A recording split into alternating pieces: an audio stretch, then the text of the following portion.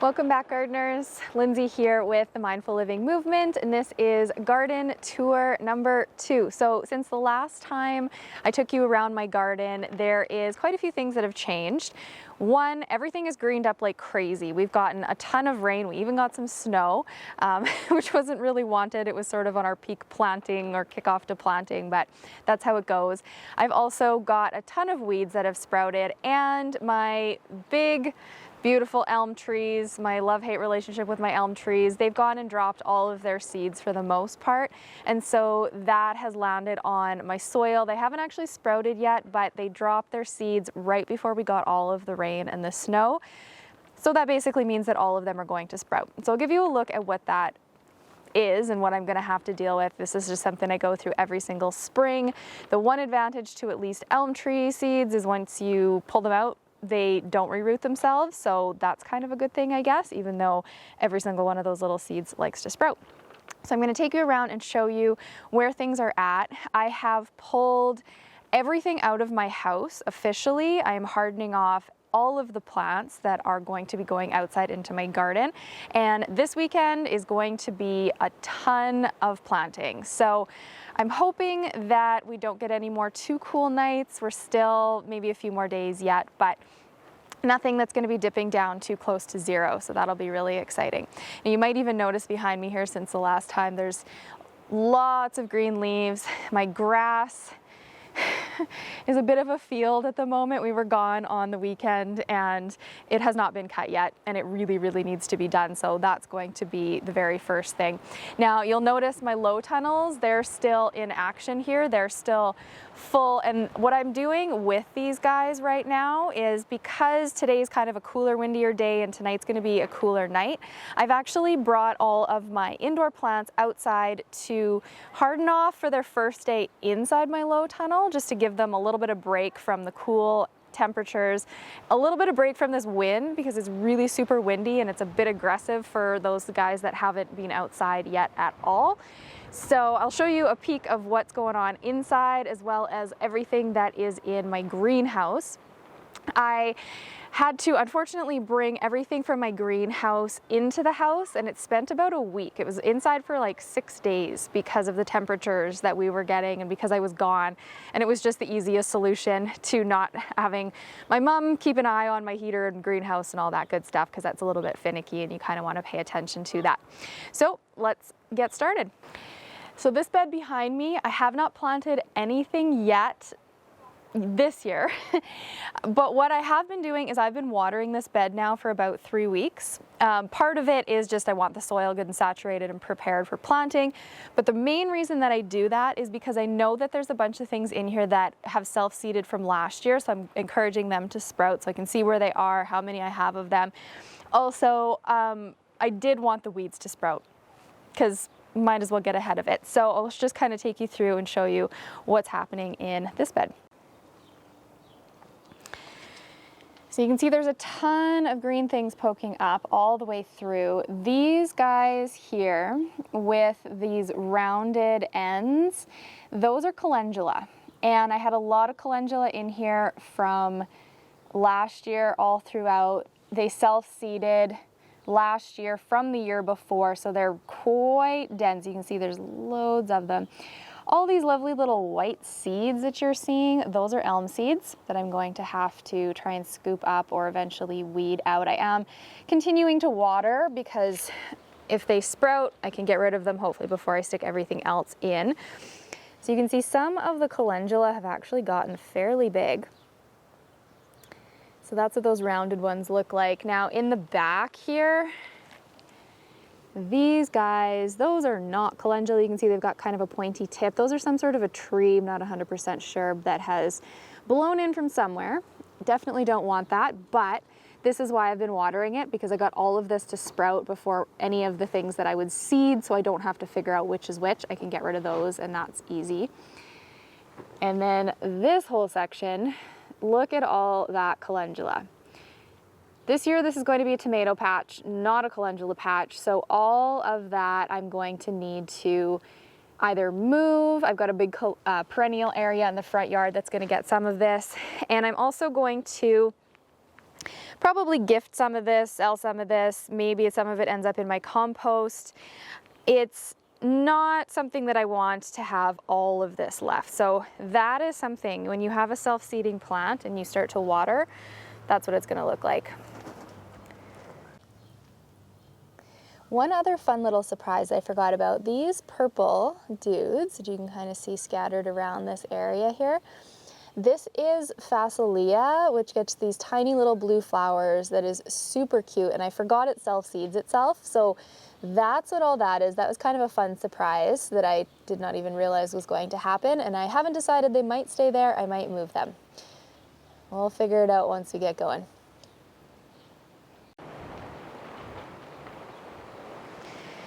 My strawberry patch here is actually perked up quite a lot. I'm pretty happy with it. Even some of my alpine strawberries, I wasn't 100% sure if they were going to come back, and they are all starting to show themselves. They're definitely a lot slower. It's kind of interesting. I wasn't expecting them to be quite as slow, but you can see this is one here versus these guys. These ones perked up like instantly as soon as they got water. These ones have only really just started. So that is my main strawberry patch, and a few guys over here. My chives have started to flower already, which is exciting. Chive flower vinegar is going to be happening pretty quick.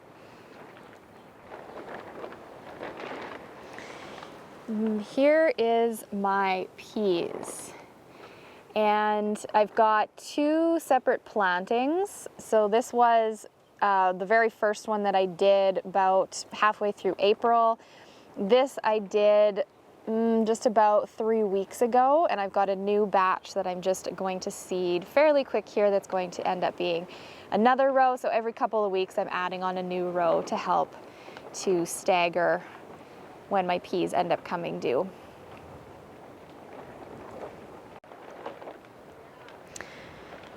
So this big low tunnel has some radish. So we've got some radish happening here that didn't actually germinate all that well. There's some pretty big holes, so I'm definitely going to fill in, reseed.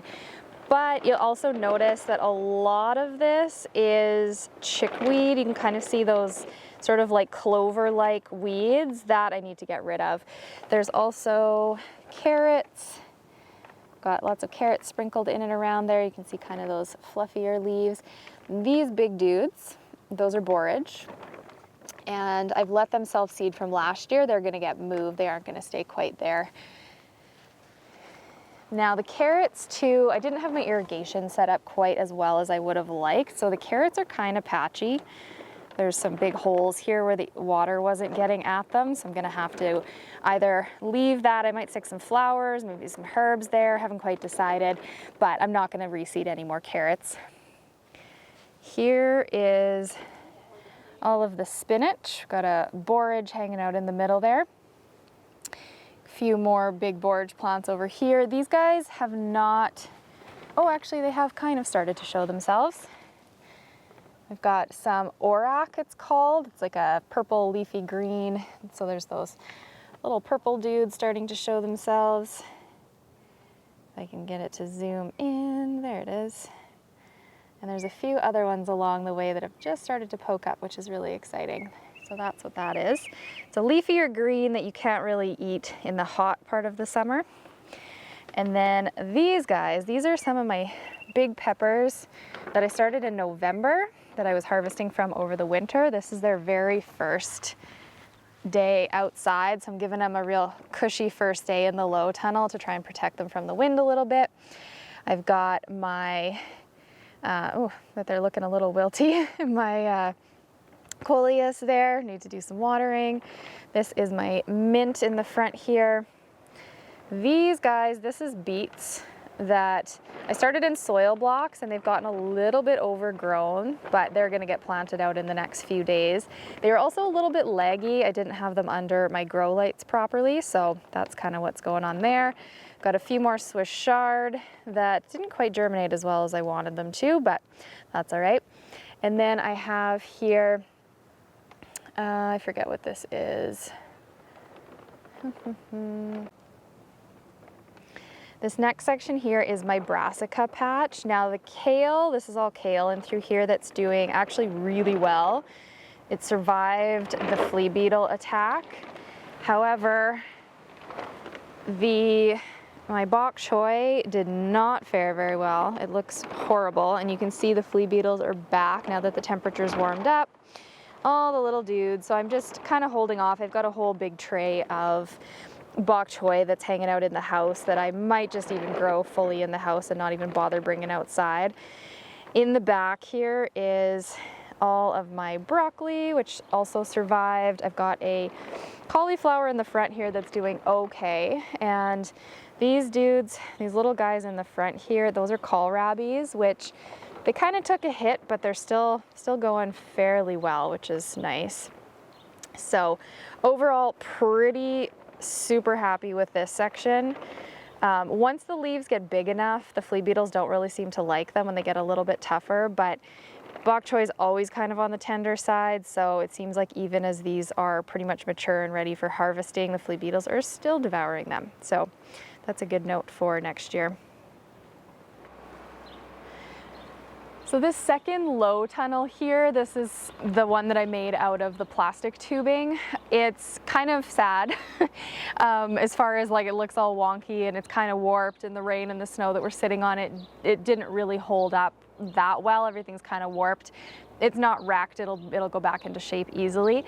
But as far as its functioning and how it worked, it actually worked amazing. It did the exact same, protected my plants. Structurally, it looked really bad, but the wind, we've had crazy winds and the wind hasn't done anything to it, so it's protected everything exactly how I wanted it to. So overall, I'm pretty happy with that. Doesn't look great, but that's not a big deal. So I'll show you what's going on inside this one.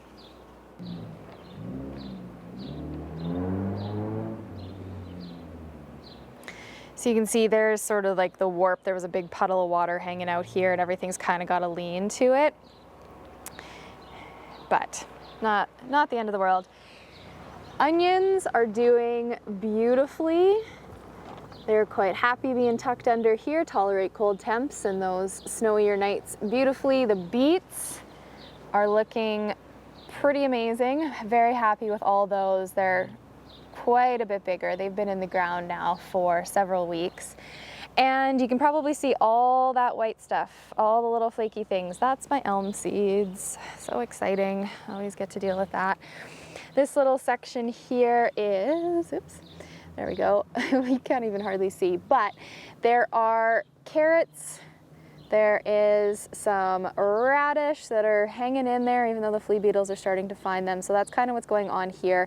Lots of elm seeds, not all that much chickweed, which is good. This bed has had issues in the past with being severely overrun with chickweed. And this area, these are brand new to the outside world. So I'm hardening off inside here for the first day. So I've got some succulents in the back. This little section, there's a few beans, some lavender, some black-eyed Susans, some chamomile. We've got some peppers that are way behind. I had one variety that just took forever to germinate, so they're teeny tiny. Got some lupins in the back. What else is here? Some milkweed, some more lavender, some goji berries, a bunch of herbs. Got some more sunflowers, marigolds, and basil. And these ones is going to be a little while before I can stick them in the ground. Some of them are pretty tiny and they're going to need a little bit getting used to kind of the sun and the wind. But I'm finding that my low tunnel has a lot of uses, which one being putting things outside maybe on days that aren't super ideal, like this one. So I'm about to show you my greenhouse, which did not fare very well. This is just one of the things that happens when you have those little plastic cover greenhouses. You'll see I've got a big section taped together because the wind got at it and ripped it to pieces. And it's its very first year. It's only been outside for 2 months, but I taped it back together. So far we've been good for a few days and it only needs to last for a few more days. So that's all that needs to happen. So there it is. Had to tape that whole one side. There's one little tie here that's broken, so that side's flying around like crazy. but otherwise it's doing good. And then this is everything, all of this was inside for the last 6 days. Inside in my spare bedroom is where I put it all, so it wasn't under grow lights. I did put a fan on it just to kind of help give it a little bit of the outside world, but this is really, it's only sort of like second day back out in full sun and wind, and overall everybody seems like they're doing pretty good. I think I'm going to give these just an extra day before I actually officially plant them, just because I think they're maybe in a little bit of shock from kind of getting scooped up and put inside. Wasn't really ideal, but that's how it goes. So I haven't actually planted anything in my front yard since I took you guys around for the first tour. However, the front yard has changed considerably. All of these beds here, they got a top up with brand new layer of some really beautifully well composted tree mulch that had like worms and everything in it. It was really exciting. So they're all kind of topped up and they're nice and brown, and I'm liking that their color's a little bit darker. And thanks to the rain that we got, everything has just perked up so much. I'll show you a close-up of all the perennials. This is kind of mainly the perennial area. And I did also add in a new garden bed, which I'm really excited about. I've got big plans for that guy. So this across the front here is brand new. We just put that in 2 weekends ago.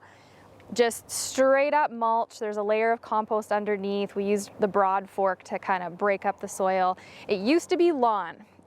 3 years ago, there was lawn underneath here, covered it all with rocks. Now I've converted it into a new bed. So my giant main perennial bed here, pretty much everything's poked up. We've got succulents, grasses, some sort of flower that I can never remember the name of. My irises, my purple irises are getting ready to flower, both areas. Even my yellow irises over here that I forgot to water have actually perked up pretty good. More purple irises getting ready to flower in the back. I've got a few different rhubarb. So we got 1 rhubarb, 2, 3, got some daylilies in the front here. My elephant ears are all flowering right now. So there's this little section here. They've perked up quite a bit. All the lilies are starting to show themselves. Either some more yellow irises, whatever the heck hedge thing that is always just going crazy. And then way over in the corner here, some more elephant ears, a little patch of heliopsis, which I'm pretty excited about. So that's considerably more green and exciting since the last time. Now this front main grassy bed here, I still have to clean all the dead grass out from last year, but it's already perked up quite a bit. I'm kind of behind on that one. These are peonies, and I've never had them flower as of yet. They're probably like 4 years old. I don't think that they like being in mulch. I know they like lots of sun, but I think the grasses are starting to kind of block some of their sun, so I'm pondering maybe moving them to a new home. I would love to know, anyone who grows peonies, what kind of experience you've had with them. I think they should be flowering by now. So this corner here also got topped up with mulch. My little sedum is in full bloom, which is always so pretty. The bees just really love this guy. All of the chicks and hens are starting to show themselves. I had to be really careful to not bury them, but I think I still managed to do that. And then this open area here, I've got big plans for some vegetables and some perennials to be added.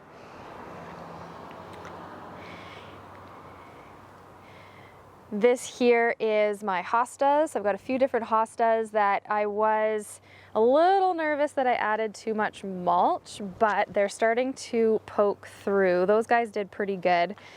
Another little section here, and there's some, hard to see, but they're starting to make their way through right in the back there. And then these irises are, I think they're my favorite irises. They're exactly the same as the other purple ones. It just so happens that this is a really kind of sunny corner, and these are always the first ones to flower. So pretty quick those ones are going to be opening up. So I'm really excited about that. Well, that is it. That is garden tour number 2. I haven't actually planted a lot since the last time I took you around. It was still pretty early then, but I felt like it was worth sort of showing you the changes after all the rain and the snow and everything that we had, because everything is just like all of a sudden spring has fully arrived. There's leaves, buds, flowers, and just kind of how I'm preparing for this weekend, which is going to be like my main planting weekend, and how I'm using my low tunnel for just maybe like a few more days just to harden off those extra few things, get some of the newer things that I plant in there over maybe their first couple of nights, and then all that plastic's coming off and I can take my greenhouse down, hopefully get that cover through next spring. It's going to be optimistic, but hey, that's how it goes. So we'll see you again soon. I would love to hear if you have any questions about anything I have going on. Sorry about all the wind and the noise in the background. This is just how it goes in Saskatchewan. It's always windy here. So we'll see you guys soon. Have a great day.